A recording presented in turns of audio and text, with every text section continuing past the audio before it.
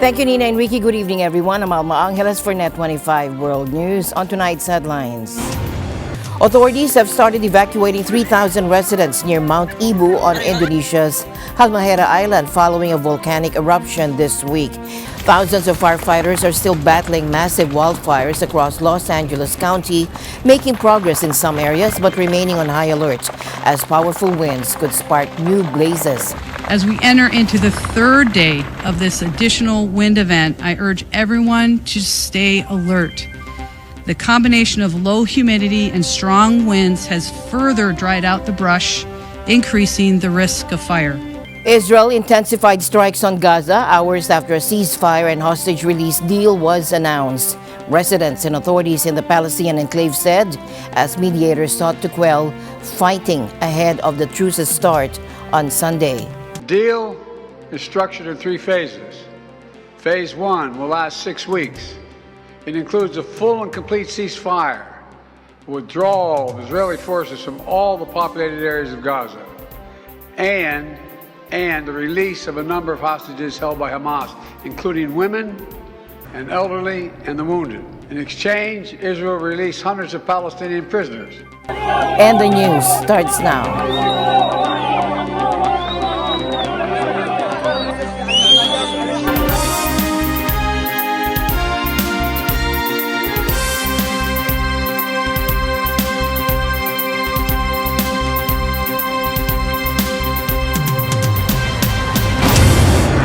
Authorities have started evacuating 3,000 residents near Mount Ibu on Indonesia's Halmahera Island following a volcanic eruption this week. The eruption sent a thick gray ash cloud soaring 4 kilometers into the sky. The eruption, which lasted about 2 minutes, on Wednesday morning prompted authorities to raise the alert level in surrounding areas to the highest level.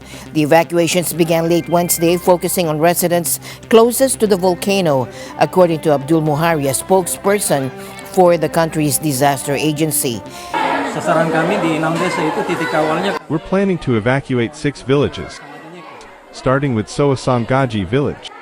We're prioritizing the elderly, pregnant women and babies. Ibu's eruption adds to a series of volcanic activities in Indonesia, which sits on the Pacific Ring of Fire and has 127 active volcanoes. Meanwhile, in Hawaii, Kilauea volcano erupted on Wednesday morning, marking its 4th phase of activity since late December. Lava fountains were seen at the volcano summit, with the USGS noting that gas-rich lava could cause the fountains to grow taller as more lava surfaces. Thousands of firefighters are still battling massive wildfires across Los Angeles County, making progress in some areas but remaining on high alert as powerful winds could spark new blazes. Entire neighborhoods have been leveled, at least 24 lives lost, and the threat isn't over yet. Take a look. Thousands of firefighters continued to battle blazes in and around Los Angeles County on Wednesday, making gains in some areas, but officials were on high alert for the eruption of new fires as powerful winds were forecast. The combination of low humidity and strong winds has further dried out the brush, increasing the risk of fire. The danger has not yet passed, so please prioritize your safety. The Palisades Fire and the Eaton Fire have consumed an area the size of Washington, D.C., and have left entire neighborhoods leveled. At least 24 people have died. LA Fire Captain Eric Scott posted a video on social media showing utter destruction in Malibu. So here we are on the front of PCH, this portion of Malibu, where all of these homes were just leveled. And we wanted to show you the amount of true destruction that took through here, so you get an idea of how much effort it's going to take to clean all of this up. Aaron Lubley, who lost his Altadena home in the Eaton Fire, set up a table with water, food, and necessary supplies for anyone who needs it. When you stare at your front door that's gone, and you have the few moments to contemplate, what does this really mean to my life? I have to find some meaning in why this happened. Several schools in the Pacific Palisades neighborhood were seriously damaged in the fires. On Wednesday, students and teachers displaced from a Palisades elementary school were welcomed for classes at a school in Brentwood. Juliette Herman, the principal at Palisades Charter Elementary, said she was grateful for community. We know that a lot of students will be apprehensive, and we're expecting, some big feelings today. I'm going to be walking classrooms, and we have mental health professionals here to help both students and staff, because we have staff members who lost their homes as well. A security guard at SM Mega Mall was fired after a video surfaced showing him brutally mistreating a young Sampaguita vendor. The footage, which quickly went viral, shows the guard arguing with the girl, destroying her flowers, and even kicking her.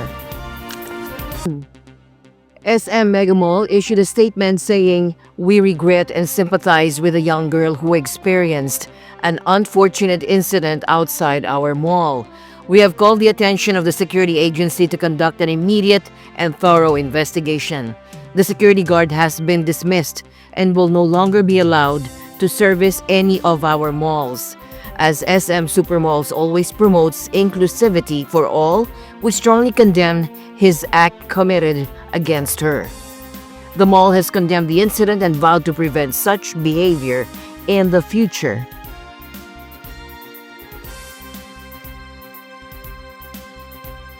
Israel intensified strikes on Gaza hours after a ceasefire and hostage release deal was announced.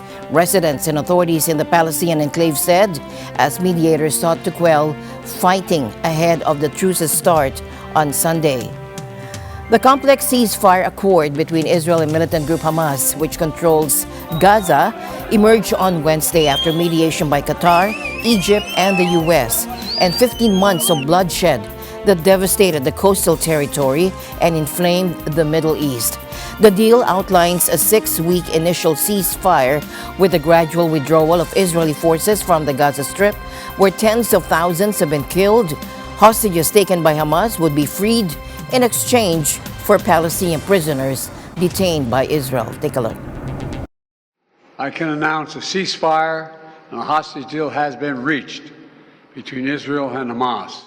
U.S. President Joe Biden, in the final days of his presidency, confirmed the successful negotiation of a ceasefire in Gaza after more than 15 months of bloodshed.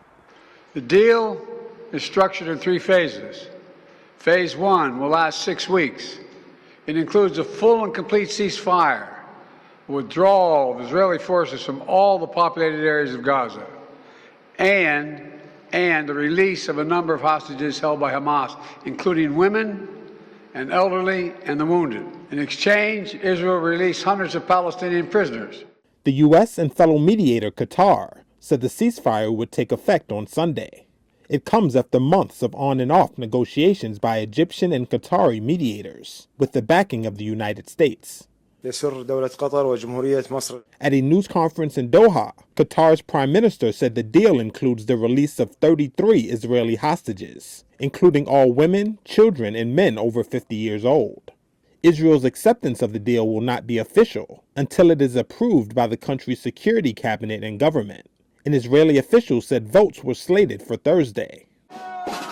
On the streets of Tel Aviv and in Khan Yunis, Israelis and Palestinians both celebrated the news. We are happy with this victory because the Palestinian people simply want their freedom. Freedom for the Palestinian people.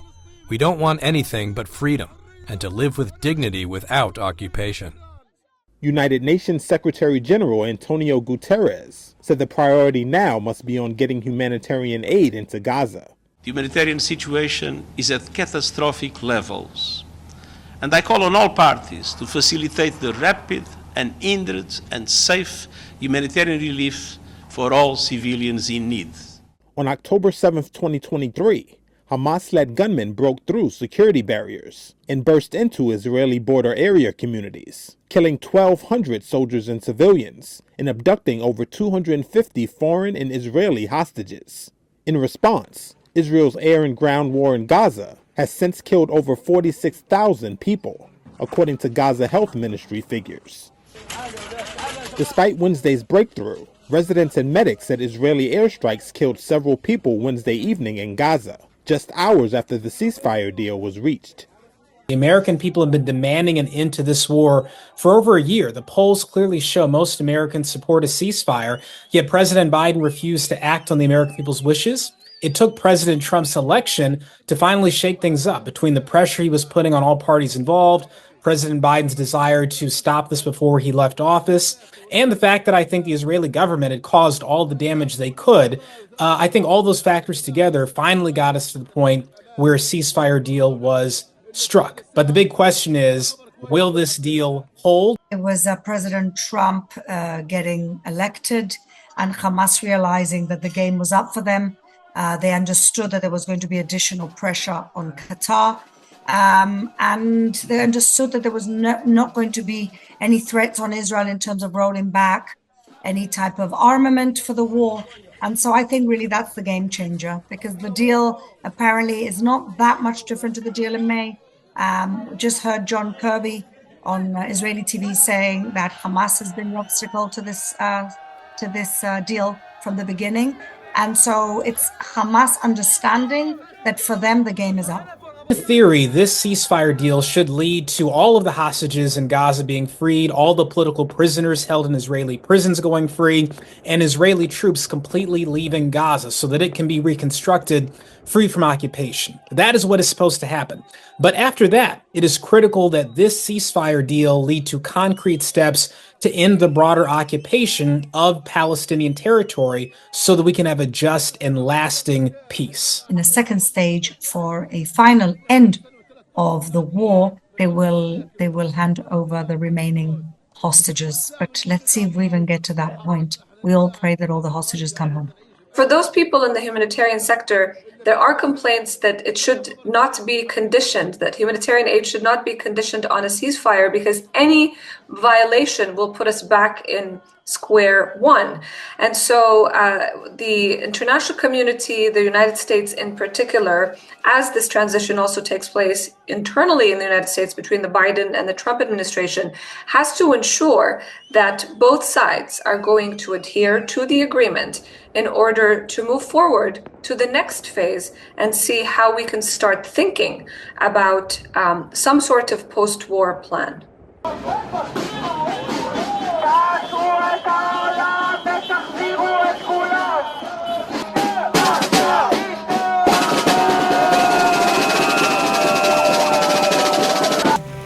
In his final Oval Office speech, President Joe Biden issued a stark warning about the growing threat of an oligarchy in America.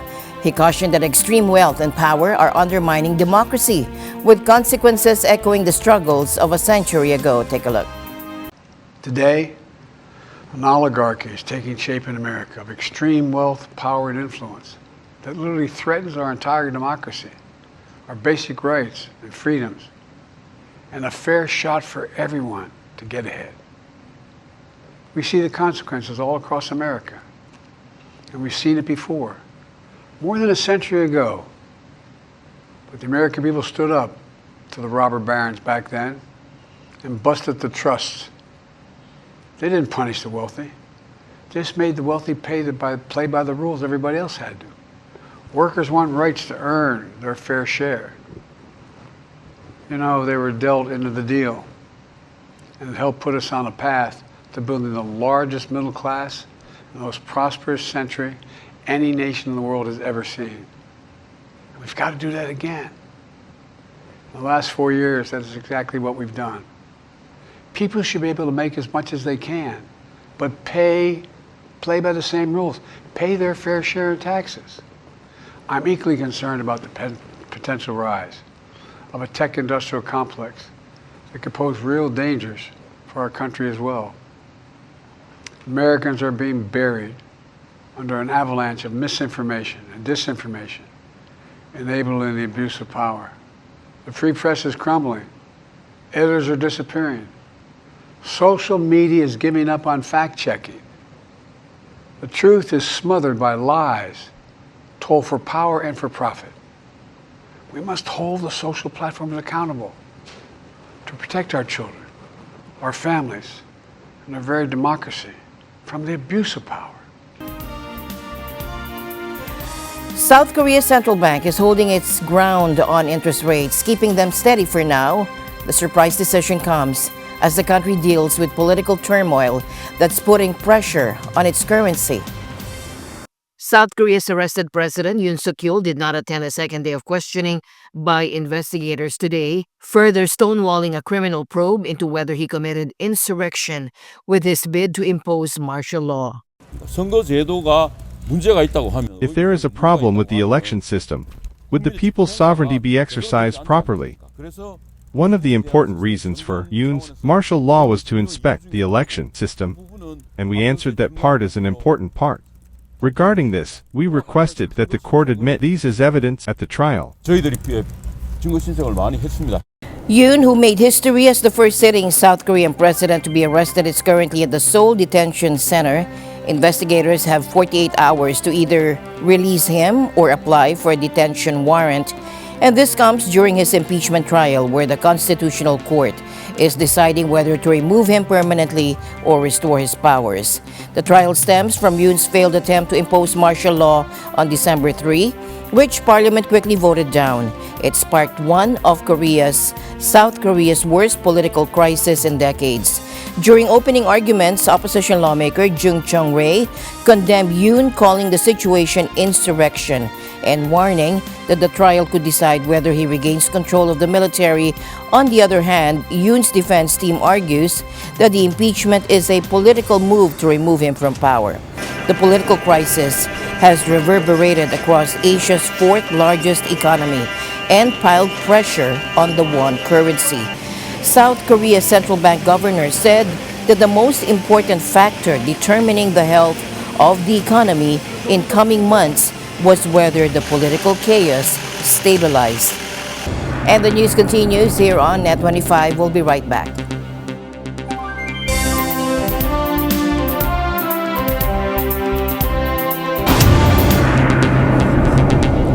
The Supreme Court's 9 justices heard arguments on Friday in a challenge by TikTok and its Chinese parent company ByteDance to a law that would force a sale or ban the widely used short video app by January 19 on national security grounds. Chinese officials are in preliminary talks about a potential option to sell TikTok's operations in the U.S. to billionaire Elon Musk, should the short video app be unable to avoid an impending ban, according to Bloomberg. Now, Beijing officials prefer that TikTok remains under the control of parent ByteDance. TikTok is getting ready to shut its US operations on Sunday when a federal ban is set to take effect. That's according to Reuters sources. A law signed in April mandates the ban unless Chinese owner ByteDance divests US operations for the social media platform. Policymakers in Washington say the app is a threat to national security because of its vast troves of data on 170 million American users. That's something the firm has always denied. Now, users who already have the app could theoretically still use TikTok after the ban. However, the law also bars US companies from providing services to distribute, maintain, or update it. Users will still be able to use TikTok. They won't be able to get updates on the App Store. New users will not be able to upload it. And eventually the data will start to become, more and more stale with no updates. And that's something that really needs to play out, effective what happens on January 19th. Donald Trump could yet have a say in the matter, though. I have a warm spot in my heart for TikTok because I won youth by 34 points. The president-elect is due to be sworn in a day after the ban takes effect. The Washington Post says he is considering issuing an executive order to suspend a shutdown for 60 to 90 days. There was no immediate comment from the Trump transition team, and the man himself has said he should have time after taking office to pursue a resolution to the issue. Speaking on Fox News, incoming National Security Advisor Mike Waltz called TikTok a fantastic platform. He said the new administration would find a way to preserve it while also protecting people's data. I believe Trump is going to look for ways, if the Supreme Court still allows the ban, to either delay it or not enforce it. A White House spokesman said President Joe Biden had no plans to intervene in the matter during his final days in office. Meanwhile, the Supreme Court is weighing an appeal from ByteDance, but legal experts say justices look minded to uphold the ban. I mean, this could have a cascade of impact. High tensions in U.S. and China. If they ban TikTok and Trump doesn't ultimately stop this, or at least tell the DOJ to ultimately not enforce the law, it could really have a cascading effect in terms of U.S. companies, Apple, Tesla, and China. And it would definitely get the U.S.-China relationship with Trump coming back in off to I'd say a bad foot. The Reuters sources say TikTok will allow US users to download all their data before the app goes offline there. But users around the world could also face a shutdown, with the app reliant on hundreds of data service providers located within the United States, who soon won't be able to work with it. In other headlines, Poland is accusing Russia of plotting terror attacks on airlines worldwide. Prime Minister Donald Tusk made the claim while meeting with Ukraine's President Volodymyr Zelensky. The latest information can confirm the validity of fears that Russia was planning acts of terrorism in the air, not only against Poland, but also against airlines worldwide. Warsaw remains one of Kiev's closest allies since the war began in 2022. Germany is stepping up security too, now authorizing its military to shoot down suspicious drones after multiple sightings near critical infrastructure. Berlin says it's on high alert for hybrid attacks, with suspected Russian espionage recently reported in Bavaria. In Bangladesh, the Supreme Court has acquitted former Prime Minister Khaleda Zia in a long-standing corruption case. The decision clears the way for her party, the BNP, to push for elections by August, as the country remains under interim leadership. Meanwhile, Mozambique has sworn in its new president, Daniel Chapo, in a tightly guarded ceremony following weeks of violent protests over disputed election results. His party Frelimo continues its 50-year rule over the gas-rich African nation. Blue Origin's giant New Glenn rocket blasted off from Florida early Thursday morning U.S. time on its first mission to space, an inaugural step into Earth's orbit for Jeff Bezos' space company as it aims to rival SpaceX in the satellite launch business. Blue Origin's giant New Glenn rocket blasted off from Florida Thursday morning. Checking for pressures are good, people. It was its first mission to space and a giant leap for Jeff Bezos' company as it aims to rival Elon Musk's SpaceX in the satellite launch business. New Glenn, standing at 30 stories tall with a reusable first stage, launched from Cape Canaveral in Florida. Its 7 engines thundered for miles under cloudy skies. We got to orbit safely. Congratulations! Hundreds of employees roared in applause when the rocket's second stage made it to orbit and achieved a long-awaited milestone. The rocket's reusable first stage booster was due to land on a barge in the Atlantic Ocean after separating from its second stage, but failed to make that landing. The mission was a culmination of a decade-long, multi-billion-dollar development journey. It marks Blue Origin's first trek to Earth's orbit in the 25 years since Bezos founded the company. Secured inside New Glenn's payload bay for the mission is the first prototype of Blue Origin's Blue Ring vehicle. It's a spacecraft the company plans to sell to the Pentagon and commercial customers for national security and satellite servicing missions. Bezos watched the launch from a few miles away in Blue Origin's mission control room. New Glenn is expected to press ahead with a backlog of dozens of missions worth hundreds of millions of dollars. It includes up to 27 launches for Amazon's Kuiper satellite internet network that will rival SpaceX's Starlink service. New Glenn is the latest US rocket to debut in recent years as governments and private companies beef up their space programs. In a groundbreaking move, SpaceX has launched 2 privately funded lunar landers on a single mission, aiming to land them both on the moon. Take a look. 3, 2, 1. Ignition. SpaceX's Falcon 9 rocket blasted off from Florida on Wednesday, sending 2 commercial moon landers into space. It's an unusual double moonshot launch that highlights the global rush to explore the lunar surface. One lander is the Resilience, made by Japanese company iSpace. It's iSpace's second attempt at a moon landing after a first try in 2023 failed due to an altitude miscalculation. The other lander, named Blue Ghost, is the first by Texas-based Firefly Aerospace. Firefly is now the third company to launch a moon lander under NASA's public-private commercial lunar payload services program. Countries and private companies worldwide have been aiming for the moon in recent years. They have an eye on its potential to host astronaut bases, as well as possible resources that could be mined for in-space applications. It's turning Earth's natural satellite into a stage for national prestige and geopolitical competition, with echoes of the Cold War-era space race. According to an iSpace executive, Resilience is carrying $16 million worth of custom missions and 6 payloads in total, including an in-house micro-rover that will collect lunar samples. The lander is expected to touch down on the moon's surface around May to June after taking an energy-efficient route. Firefly's Blue Ghost aims to reach the moon 45 days after launch, around March the 2nd.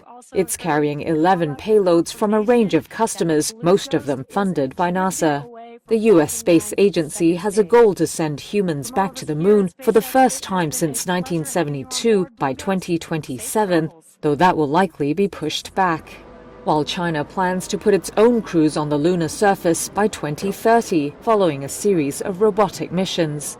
NASA's move to fund public-private missions like Firefly's Blue Ghost is aimed at studying the moon's surface and stimulating private lunar demand before the agency sends humans there through its Artemis program. But it faces potential changes with the incoming administration of Donald Trump. The president-elect has largely sided with SpaceX CEO Elon Musk's vision to focus heavily on Mars. And that's it for tonight's broadcast. For everyone here on NET25, I'm Alma Angeles. Thank you all for joining us. Good night.